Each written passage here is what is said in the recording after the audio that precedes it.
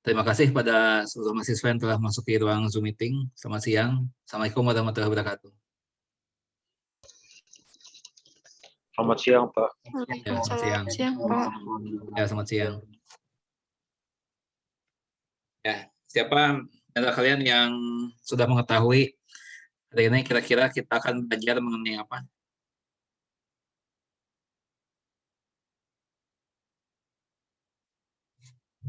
Ada yang mau coba jawab? Distribusi sampling rata-rata. Ya. Dan satu lagi? Dalil limit pusat. Ya, betul. Yang siapa nih yang jawab? Burhan ya? Burhan ya, Ibrahim ya. Oke, Burhan Ibrahim dapat skor yang pertama. Ya. Burhan mendapat skor 1.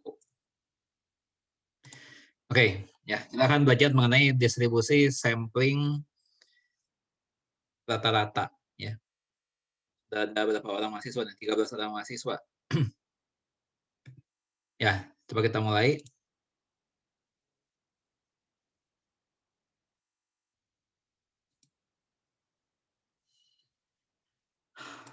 Ya, ini ada materi kita, distribusi sampling rata-rata. Ya. Nah, dengan berangkat dari materi ini, nantinya ya kita akan belajar ya bagaimana cara melakukan estimasi ya terhadap parameter populasi. Ya. Dan juga kita akan belajar mengenai uji hipotesis. Ya.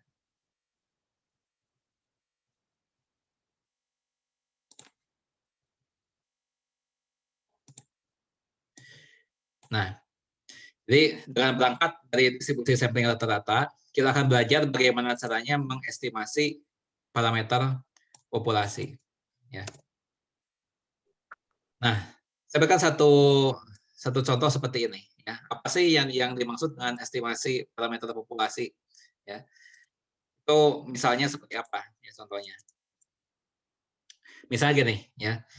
Pernah saya punya satu populasi, ya adalah mahasiswa. Ya, mahasiswa angkatan 2020.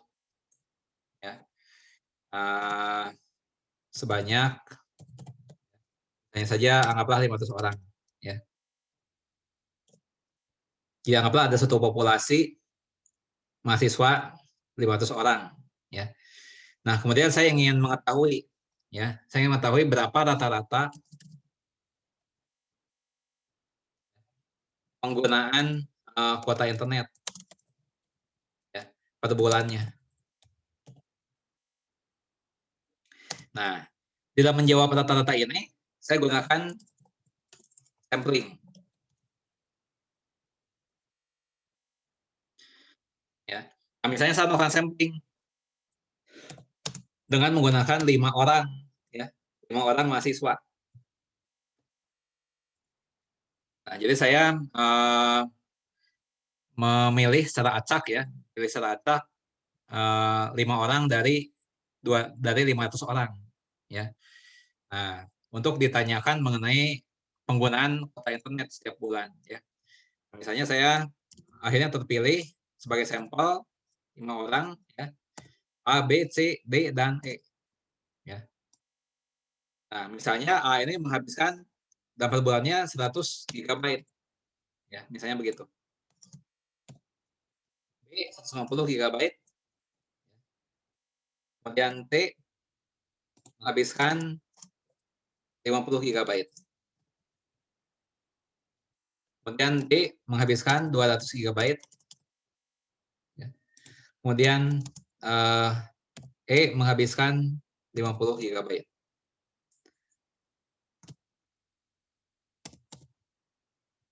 Nah, inilah orang-orang yang kebetulan terpilih sebagai sampel. Nah, dari sini kita mendapatkan apa namanya itu rata-rata sampel. Ya. Jadi kita mendapatkan rata-rata sampel.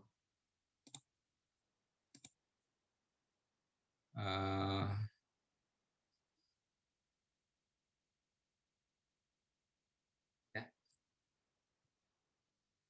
Itu berapa? Ya, berapa rata-rata sampel ini?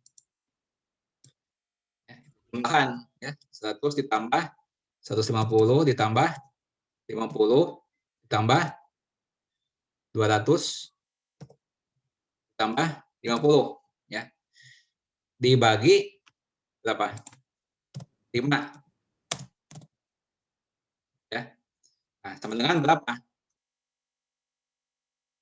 110 GB. Betul nggak?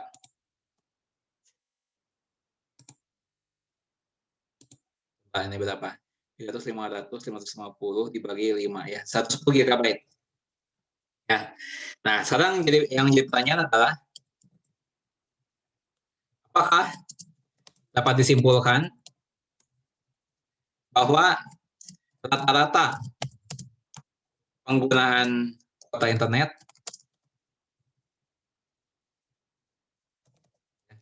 seluruh mahasiswa tersebut ya, itu sebanyak 500 orang adalah 110 GB per bulan. Nah, apakah bisa disimpulkan seperti ini?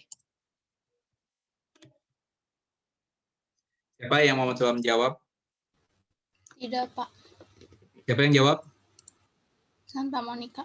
Oke, mengapa? Apa alasannya? Mengapa ini kita nggak bisa menyimpulkan begini? Apa alasannya? Karena kan dari 500 orang itu belum tentu segitu semua gitu, Pak.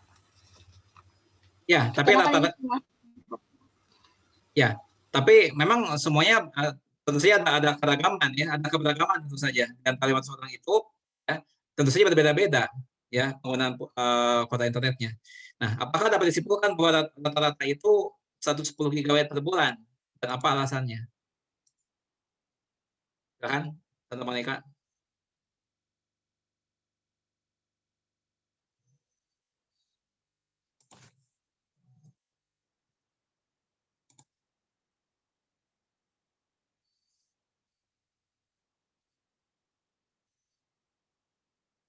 Apakah bisa disimpulkan demikian atau tidak? Dan apa alasannya? Silakan, Santa Monica.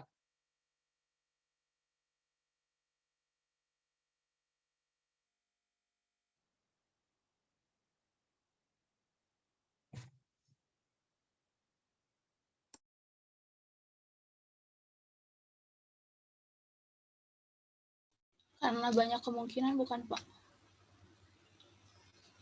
Jelaskan lebih lanjut.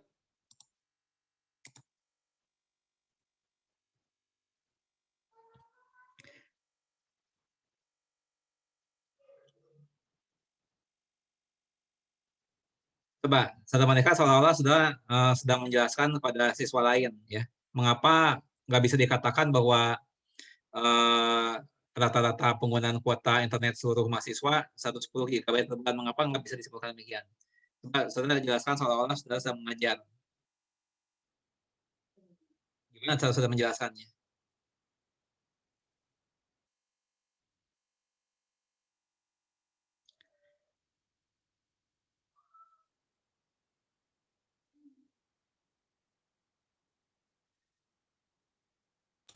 Karena dari 5 itu belum tentu mewakili 500 orang itu, Pak. Oke, yang 5 ini belum tentu mewakili semuanya, ya. Nah, supaya mewakili harus berapa sampelnya? Harus semuanya. Nah, harus semuanya, ya. Benar. Kalau kita mau tahu persis, ya kita harus apa namanya itu tanyai semuanya, ya. Tapi apa namanya itu bukan sampling namanya. Kalau apa namanya kalau semuanya ditanyai, ya. Sedangkan kita di sini diminta untuk melakukan sampling. Ya. Nah, jadi apa alasannya kenapa 110 GB per bulan ini tidak mewakili semuanya, ya? Karena yang 110 GB ini hanya berlaku untuk 5 orang ini, ya. Nah, sisanya sebanyak 495 orang kita nggak tahu karena kita tidak menanyai mereka. Ya. Jadi mengapa ini tidak bisa mewakili semuanya? Karena yang 110 GB ini hanya berlaku untuk 5 orang ini. Sisanya kita nggak tahu. Ya. Nah itu. Ya, jadi Santa Monica sudah dapatkan skor ya. Santa Monica mendapat skor. Ya. Lanjutkan lagi. Ya. Nah, pertanyaan berikutnya begini, ya. Seandainya sampling ini saya ulangi lagi dari awal, ya. Seandainya sampling ini saya ulangi lagi dari awal. Kemudian saya pilih lagi 5 orang secara acak. Acak lagi saya pilih 5 orang. Apakah saya akan tiba pada kesimpulan yang sama, 110 GB? Apakah akan seperti itu? Atau belum tentu? Pak mau coba jawab?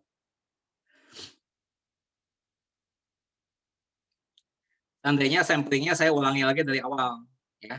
Saya acak lagi, saya ambil 5 orang secara acak. Apakah akan diperoleh jawaban yang sama, yaitu 110 GB? Apakah akan sama atau belum tentu? Belum tentu, Pak. Belum tentu. Kenapa? Silakan. Karena yang dilakukan setiap sampel yang diambil itu beda-beda. Ya, belum tentu kelima orang berikutnya itu akan memberikan jawaban yang sama, begitu. Ya. Nah, karena belum tentu 5 orang berikutnya yang akan jadi sampel penggunaan kuota internetnya akan sama, ya belum tentu itu. Ya. Oke, Burhan. Betul. Tadi Burhan yang menjawab bukan? Iya, Pak. Dapat skor 3. Belum tentu. Betul.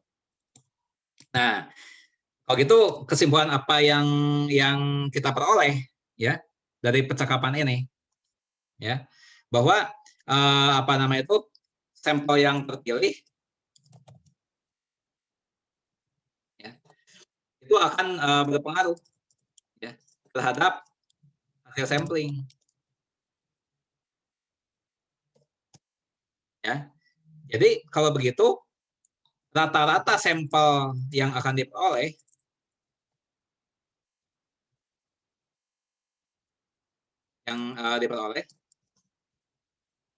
ya itu tidak menentu, tidak pasti, ya. Dengan kata lain, untung-untungan.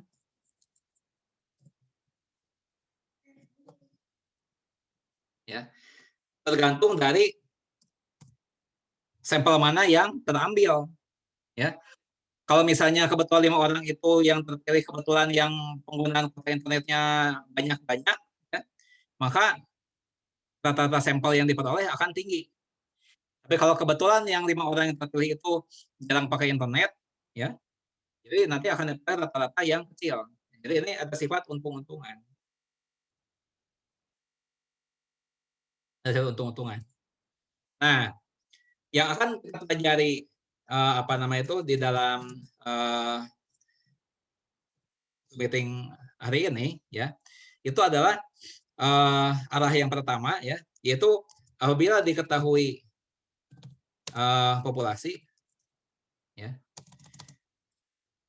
nanti kita coba melakukan estimasi atau kita coba meramalkan, kita akan meramalkan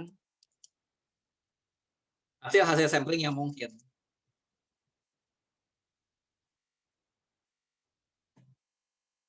Ya, ini arah pertama. Ini akan kita pelajari hari ini. Ya. Nah, nanti dalam pertemuan berikutnya kita mempelajari arah kebalikannya. Ya. Yang diketahui itu adalah hasil samplingnya. Nah, nanti kita coba di sini diketahui hasil sampling, kita coba melakukan estimasi, ya, mengenai populasi. Nah ini, ya. Jadi ini perjalanan kita, ya, peta perjalanan kita Hari ini kita belajar arah yang pertama, yang ini, ya. Minggu depan kita pelajari arah kebalikannya. Ini minggu depan, ya. Nah, jadi kita di sini berangkat dari populasi yang diketahui, ya. Kita berangkat dari populasi yang diketahui. Nah, coba kita lihat yang di website, ya. Di website.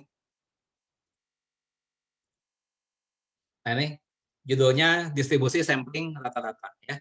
Nah, di sini diketahui suatu populasi, ya. Nah, jadi ini diketahui, ya. Ini diketahui. Nah, kenapa anggota populasi cuma sedikit, ya? Nah, memang pada keadaan sesungguhnya populasi ini biasanya banyak sekali anggotanya, ya. Tak berhingga banyaknya bisa jadi, ya. Nah, tetapi di sini sengaja ya, dibuat populasi yang ukurannya kecil supaya kita tidak menghabiskan banyak waktu untuk melakukan perhitungan-perhitungan. Ya, semakin banyak anggota populasi ini nanti perhitungannya akan semakin lama kita mengerjakannya. Jadi saya sengaja memilih populasi yang ukurannya kecil. Ya. Nah, jadi kita punya populasi seperti ini.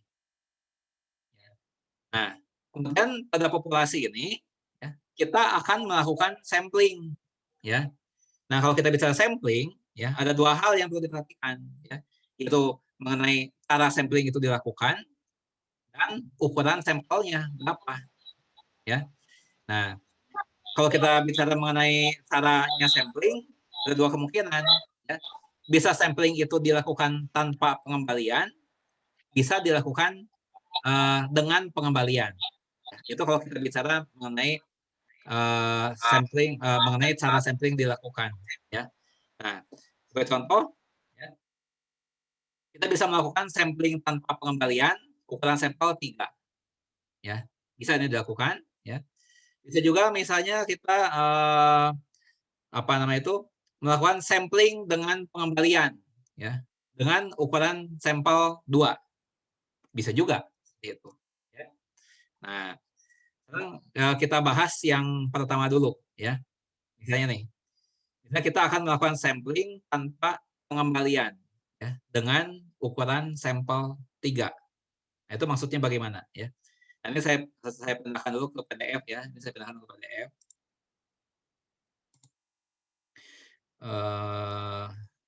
Di PDF seperti ini.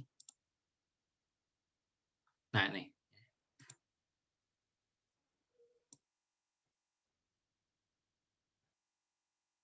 Ya. Jadi kita berangkatnya dari populasi yang diketahui, ya. Populasinya seperti ini. Sekarang kita lihat bagaimana cara melakukan sampling tanpa pengembalian ukuran sampel 3. Bagaimana caranya, ya. Nah, ini saya salin dulu tabel ini ke ini, ya. Menjadi kolom, menjadi tabel yang paling kiri. Jadi ini saya salin ke sini, ya. Nah, caranya begini, ya. Pertama kali kita melakukan pengambilan sampel yang pertama secara acak, ya. Jadi kita undi siapa yang terpilih sebagai sampel, ya. Bisa A, bisa B, bisa C, bisa D, bisa E, ya. Nah, misalnya, ya, misalnya yang terpilih itu B ini, ya. Misalnya terpilih B.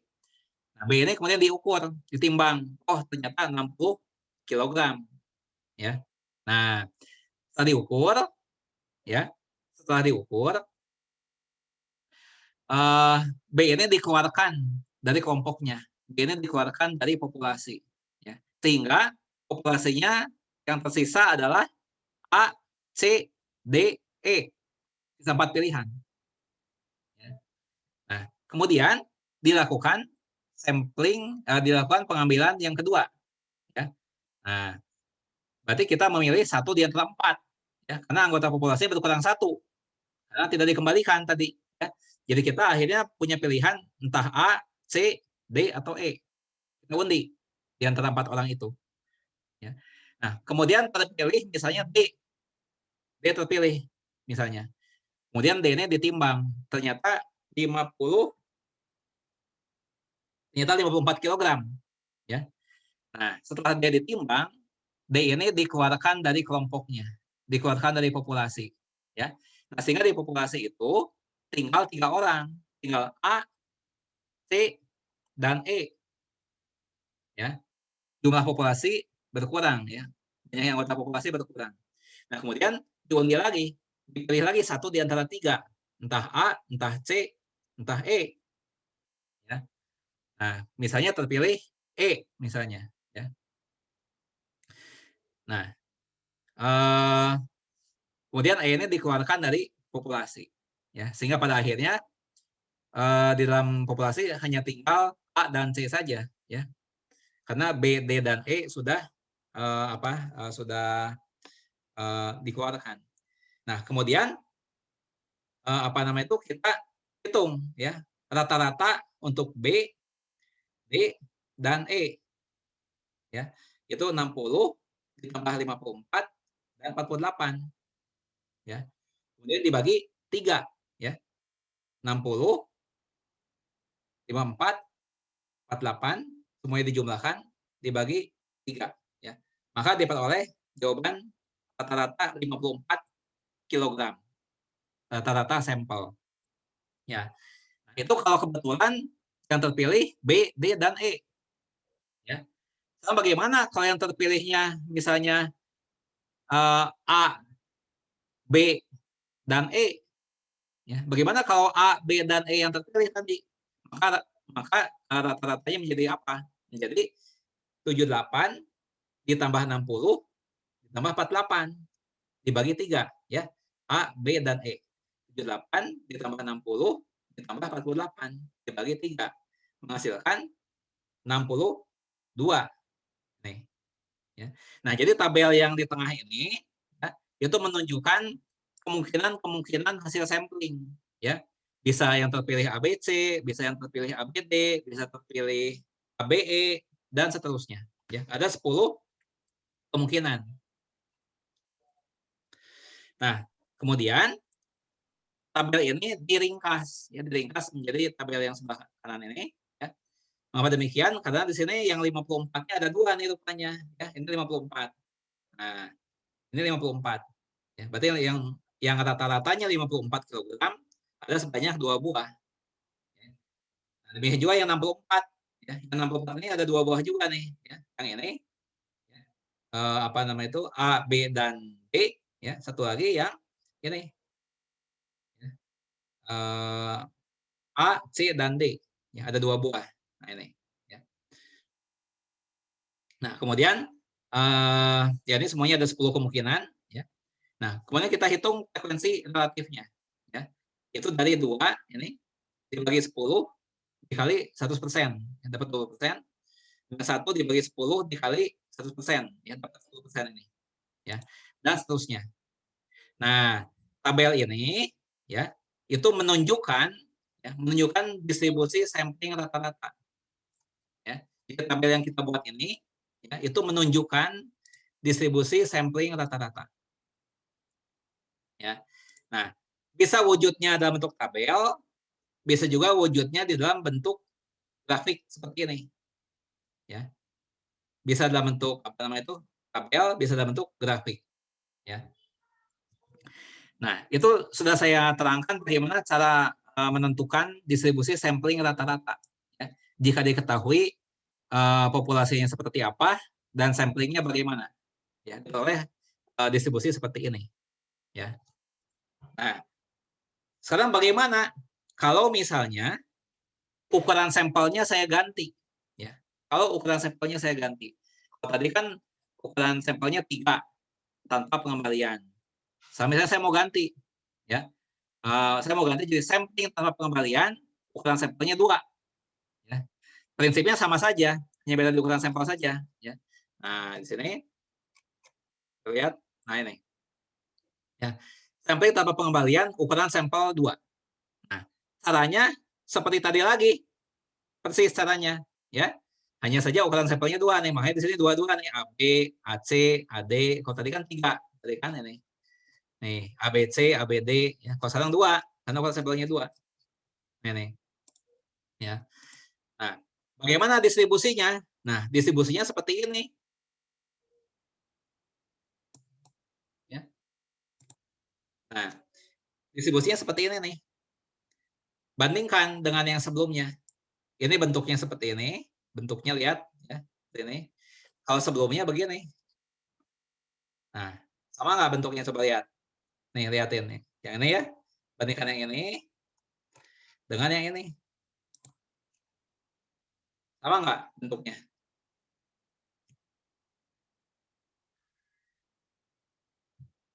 Sama nggak bentuknya, lihat. Ini yang untuk ukuran sampel 2 dengan yang ini. Sama nggak bentuknya?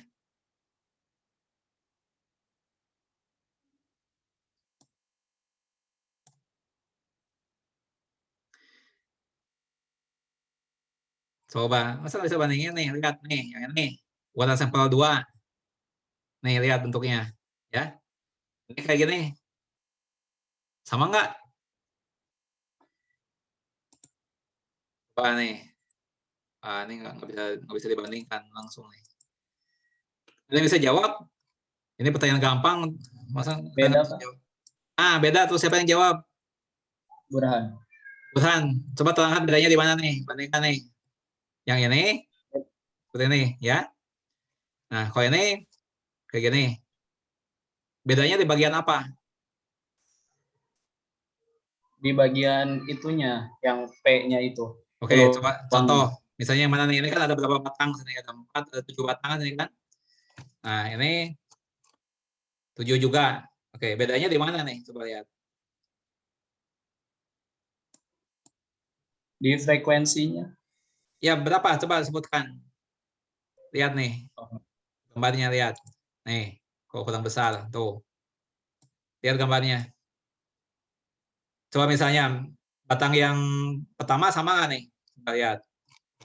Nih. Batang yang paling kiri sama nggak? Beda. Nah, beda kan? Kalau yang pertama, iya. Ya. Yang pertama ini kan 54 ya. Tingginya 0,2. Ya. Nah, kalau yang ini 51 sama 0,1, tingginya 0,3. Beda. Ya. Nanti ya Burhan dapat skor ya. Nah, kita lihat bahwa bentuknya berbeda. Ya. Nah, sekarang kalau kita ganti ya, kalau kita ganti metodenya. Ya, kita ganti metode samplingnya. Ya. Nah, kita perkecil lagi ya nih. Ya. Nah, kalau ini kan tanpa pengembalian ukuran sampel 2. Ya. Sekarang metodenya saya ganti. Gimana kalau dengan pengembalian ukuran sampelnya sama, ya. Ukuran sampelnya sama, tapi sampelnya dengan pengembalian. Kita lihat. Ini dengan pengembalian ukuran sampel 2. Ya. Nah, lihat gambarnya sama atau enggak nih? Nah, ini. Ini ya. Untuk sampling dengan pengembalian ukuran sampel 2 bandingkan dengan yang ini. Sama-sama ukuran 2, ya. Tapi tanpa pengembalian yang ini. Ternyata beda juga. Ya. Nah, jadi kesimpulannya apa? Ya, kesimpulannya apa? Bentuk distribusi itu, ya, bentuk distribusi sampling rata-rata itu tergantung dari 2 hal. Yaitu dari cara sampling dilakukan, ya, entah dengan pengembalian atau tanpa pengembalian, dan ukuran sampelnya, ya. Jadi kalau ukuran sampelnya diganti, distribusinya berubah lagi. Kalau metodenya saya ganti, distribusinya berbeda lagi. Ya. Nah, sekarang kita lihat misalnya contohnya yang dengan pengembalian. Nah, dengan pengembalian kayak bagaimana? Ya, ini nih. Ini yang mana nih ya? Ini tanpa pengembalian. Nah, ini dengan pengembalian. Ya. Nah, gimana nih caranya? Sama juga prinsipnya. Ya. Jadi ini populasi yang diketahui. Ya. Yang paling kiri diketahui. Nah, kemudian dilakukan sampling dengan pengembalian. Ya. Ukuran sampelnya 2. Nah, caranya bagaimana? Caranya. Ya. Nah, caranya adalah dilakukan dulu pengambilan sampel yang pertama. Ya. Kita undi siapa yang terpilih. Ya. Misalnya terpilih adalah A. Ya. A ini ditimbang. Ternyata 78 kg. Ya. Nah, setelah ditimbang, si A ini dikembalikan lagi ke dalam populasi. Sehingga anggota populasinya tetap utuh 5 orang. Nah, baru dilakukan sampling yang kedua. Ya. Nah, di sampling yang kedua ini, apakah A mungkin terpilih lagi atau enggak? Mungkin enggak A terpilih lagi? Mungkin, Pak. Ya, mungkin. Ya, siapa yang jawab tadi? Santa Monica. Oke, ya. Nah, jadi di dalam sampling dengan pengembalian, bisa saja anggota populasi yang sama ya terpilih berkali-kali. Itu mungkin terjadi. Ya, karena setelah dilakukan sampling, ya, maka sampel yang terpilih itu dikembalikan lagi. Jadi anggota populasinya tetap utuh. Ya, sehingga mungkin saja si A ini terpilih 2 kali. Ya, sampling pertama terpilih A, sampling kedua terpilih A lagi. Itu mungkin. Ya. Nah, kemudian dihitung rata-ratanya. 78 ditambah 78 dibagi 2. Ya, dapat 78 kilogram. Ya. Nah, tapi mungkin juga ya 2 sampel tadi bukan A, tapi misalnya C dan A. Bisa saja. Ya. Yang pertama C misalnya, yang kedua A. Bisa saja. Ya. Nah, kalau C dan A terpilih, maka rata-ratanya akan menjadi 69 kilogram. Ya. Itu 60 ditambah 78, kemudian hasilnya dibagi 2. Dapat 69 kilogram. Ya. Nah, dengan demikian, semuanya ada 25 kemungkinan. Ya. Kalau sampling ini dilakukan dengan pengembalian, ukuran sampel 2, maka akan ada 25 kemungkinan. Nah, hasil-hasilnya seperti ini nih. Hasil-hasil samplingnya yang mungkin terjadi. Ya. Nah, kemudian tabel ini diringkas, ya, diringkas di tabel yang ini. Ya, diringkas. Kenapa? Ini kan yang 54 nih ada 5 buah nih, ya. Ada 5 buah nih. Yang 54 lihat ini ya. 1 ya, 2, 3 ya, kemudian 4, 5, ada 5 buah, ya. Yang misalnya 63 ada 2 buah, yang 63 ya. Yang ini 1 ya, 1 lagi ini ada 2 ya, dan seterusnya. Muncullah tabel ini. Kemudian dibuatlah frekuensi relatifnya. 1 dibagi 25 dikali 100%, itu 4%. Kemudian 2 dibagi 25 dikali 1%, itu 8%, dan seterusnya. Ya. Nah, kemudian, nah ini menunjukkan, ya, tabel yang paling kanan ini menunjukkan distribusi sampling rata-rata. Ya, untuk sampling dengan pengembalian ukuran sampel 2. Ya. Nah, bisa juga digambarkan dalam bentuk grafik, ya, bisa dalam bentuk tabel, bisa dalam bentuk grafik, ya. Nah, itu saya sudah mengajarkan kepada kalian bagaimana caranya menentukan distribusi sampling rata-rata, ya. Jadi yang sudah dipelajari, ya, yang sudah dipelajari adalah ya, barusan, ya, itu adalah bagaimana caranya menentukan distribusi sampling rata-rata, ya, apabila ya, populasi diketahui. Ini sudah kita pelajari. Ya. Nah, ini pada akhirnya bisa dalam bentuk tabel, ya, bisa juga dalam bentuk grafik. Ya. Nah, ini kita sudah pelajari. Ya. Nah, sampai sini apakah ada yang mau ditanyakan atau tidak dulu nih?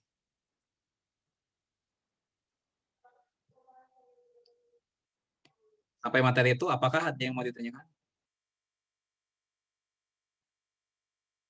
Ya, ini sudah hampir habis Zoom meeting-nya. Coba kita keluar dari Zoom meeting ini, masuk dari link yang satunya lagi ya. Terima kasih.